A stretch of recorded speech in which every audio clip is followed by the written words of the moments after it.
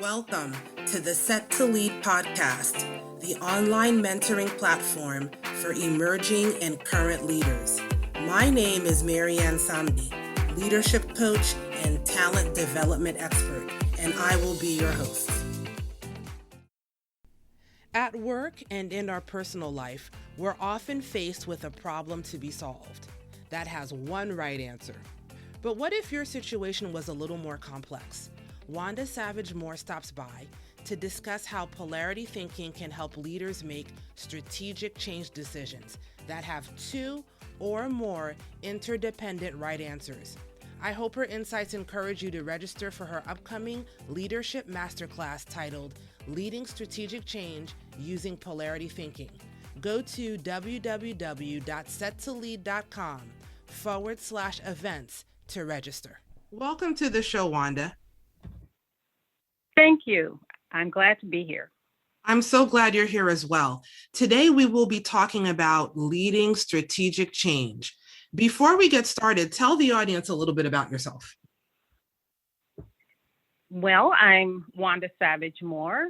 I am the Vice President of Polarity Partnerships, working on organizational development and JEDI products and services. And I am also doing a lot of work in the strategic change and leadership development space. Awesome. I wanted to start off by asking you, what are some of the common landmines you've observed when people attempt dialogue on hot issues regarding their change initiatives? Well, landmines really exist because people hold underlying values and beliefs that drive their positions on issues.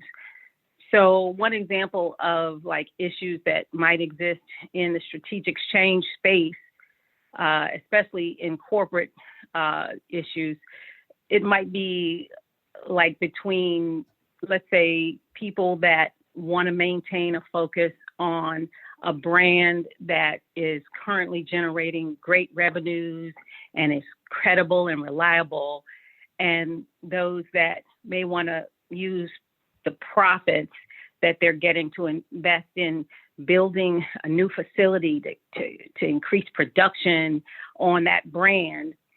And then others who would rather invest significant profits in researching new markets and changing demands because they've identified, say, an innovative new product or service to meet the needs of a potentially high return client base that's out there. Mm-hmm. So the landmine or the underlying tension is between those that value proven sustenance and those that value pursuing, say, a strategic opportunity for growth. And that's a common landmine that I see. Interesting. So, difference of perspectives on how to grow. Exactly. How to grow revenue or how to grow profits or what to do with profits. And when that happens, is there a best way in your mind to initiate productive dialogues on next steps? Well, yeah. And I have found that the best way to initiate that kind of dialogue that's going to be most productive is to begin by recognizing and acknowledging that the tension is actually there and knowing what that tension is. And by seeing it as a polarity, it really, kind of starts the process, because that polarity of proven sustenance and strategic opportunity, it really shows that there really isn't a right or a wrong. When you see it as a polarity, there's no either or solution. It's not like you can either, focus on the proven sustenance approach or the strategic opportunity approach. The answer is actually both. The answer is actually we have to focus on both of these. We have to focus on sustenance of the proven technology or the proven approach plus, and we have to focus on that strategic opportunity. And the long-term strategy has to incorporate both of these. And that's what polarity thinking really does for you. It gives you an approach and a way to incorporate the best of both of these options. And that's the approach that we found to initiate that dialogue. So if you don't mind me recapping, one, you've got to first recognize that there's a difference of opinions with your team members. And two, it's not if or. That's correct. You've got to embrace both sides. Correct. And that neither one of them is wrong. Nobody is bad. Neither one of the values are inherently wrong, and we can't go either one or the other. We have to pursue both. So both are right. Both are right, and we have to do both. So what are some of the consequences of not embracing both perspectives? Well, if you don't pursue both of them, then what happens is you end up in either, for example, with this particular example, you end up either losing credibility or competitiveness or market share or all of the above, because if you don't both maintain your focus on your current brand and ensure that you can meet the current needs and continue to generate that current revenue, and also develop innovative new products and continue to research those new clients and make sure that you are able to transition to produce the new products, then you're going to eventually fail.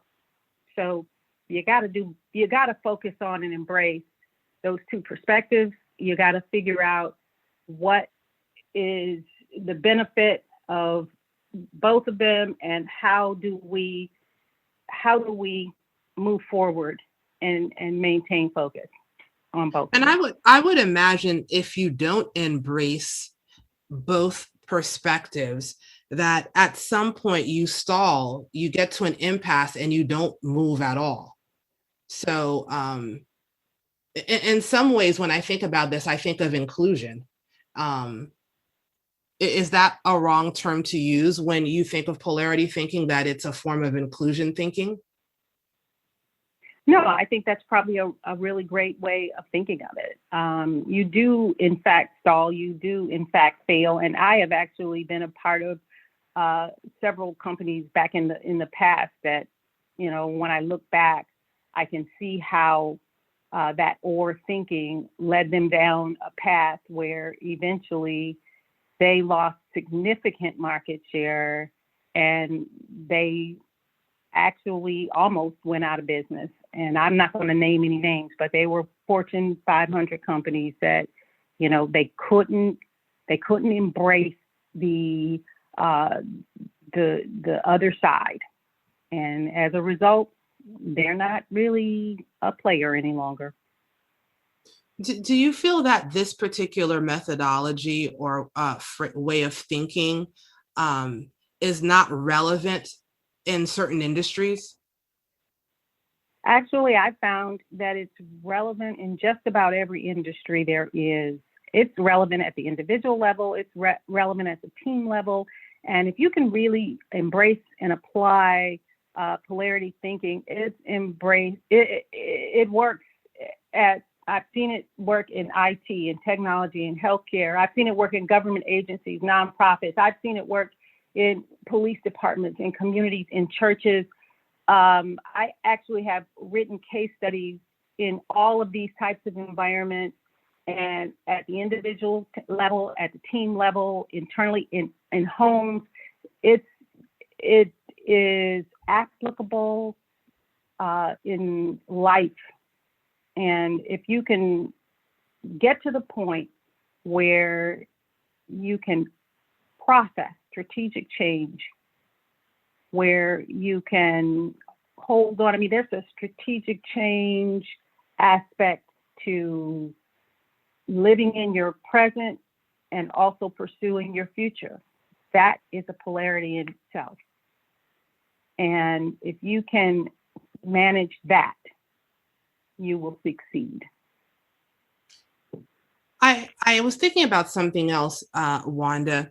A lot of times I think polarities thinking is introduced as a reactive measure when we discover that there's various ways that groups are thinking about a particular situation. But can this also be used as a proactive way of thinking? Or do you need to wait when there's differences or frictions between groups? Oh, that's a very interesting subject to broach. But the answer to that is that if you wait until the tension exists, it will simply just take longer for you to resolve it. So the proactive approach of identifying what the tensions will be is actually the better of all solution strategies, I'd say, because then you can get ahead of it and you can maintain the upside of your position and never really have to descend into the downsides of the thinking phases that will eventually cause you, as I said before, that will cause you to fail. So it's a way of thinking that kind of can keep you in the upsides.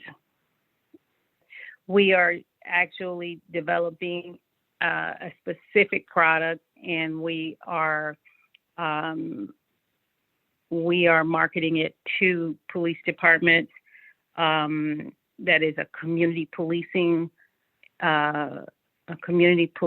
product where we bring the communities together with the police departments to try to map the tensions and to help them create a way forward to understand the polarities that exist and figure out ways to operate in the upsides of those tensions and to avoid the descending into the abyss that is the racist tensions that are driving systemic racism in our systems today. So we are applying it in the JEDI space right now and using it as one of our key problem solvers. This podcast was a short intro to this fascinating leadership tool called Polarity Thinking.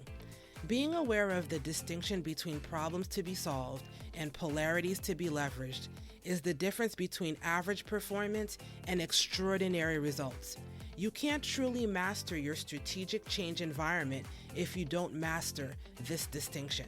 To learn more, go over to www.settolead.com/events to register for the upcoming Leadership Masterclass titled Leading Strategic Change Using Polarity Thinking.